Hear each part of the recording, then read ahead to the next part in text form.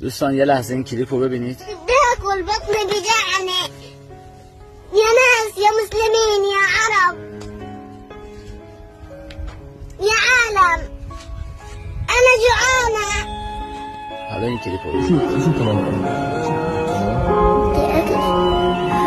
بزرگترین آرزوش غذا.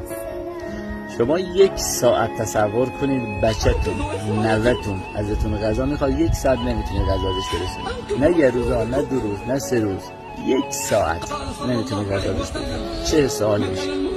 حالا اینو میخوام بگم به اویی که سنگ مردم اسرائیل رو به سینه میزنه. کمک‌های مردمی که داره میشه برای مردم غزه تو راه جلوش میگیرن، این بلا رو سرش میارن. آردا رو میریزن تو خیابونا که نرسه به کودکان غزه یا مردم اسرائیل. چه مردمش چه حکومتش اصلا یا حرومزاده، ما نمیدونیم چه تخم و ترکه‌ای هستن. ربات یه تیکه آهن خدای بیشتر از این احساسات داره. اینقدر نامردن، اینقدر پستن که جلو چششون میبینن چه اتفاقی داره میفته. بعد دور دیوارای غزه کباب میزنه که بوش برسه به مردم غزه، به کودکای غزه. اینقدر یا نامرد و پسته.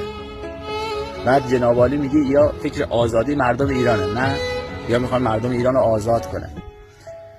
چقدر تو نادونی دیگه، تو دیگه چقدر نادونی. خیلی اعصابت خورد میشه از این تصاویری که میبینی. خیلی نگران نباش، همینطور ادامه پیدا کنه 48 ساعت تا 72 ساعت دیگه این محاصره غذا و دارو و شیر خشکویی ادامه پیدا کنه. یه کودک غزه نمیبینی که عکسش بیاد تو فضای مجازی سکوتت خراب بشه. یه همشون از بین میره و کودکان غزه شکایت سکوت ما رو به خدا میکنه. به والله در روز قیامت یکی از سوالایی که از ما میپرسن از مردم غزه میگه از بزرگترین فاجعه تو عصر خودت چه کاری انجام دادی؟ چه کاری از دستت میومد انجام ندادی؟ میگه کاری از دستم بر نمیاد. استوری خب میتونی بذاری، این کلیپو و کلیپای مشابه این کلیپو رو خب میتونی پخش کنی. میتونیم هممون با هم یک صدا داد بزنیم آزادی مردم غزه رو بخوایم. خب ولی هنوز خیلی ها هستن که میگن آره بنو بذار حقشونه. 7 اکتبر ایتو کردن کودک 2 ساله 1 ساله چی میدونه 7 اکتبر چه شده؟ چی میدونه جنگ چیه؟ برادرش گلو چیشش میمیره گشنی، مادرش میمیره، بچه گلو چیش میمیره. چقدر تو قسی القلبی، تو چقدر قلبت سیاهه که دوباره این فکرا میکنی، دنبال منطق میگردی که چرا ایتو سرشون نمیاد. ایتو نبا میکردن که ایتو سرشون نمیومد. تو دیگه چی؟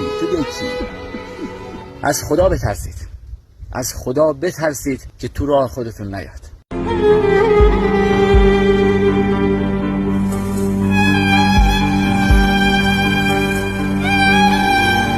یا محمد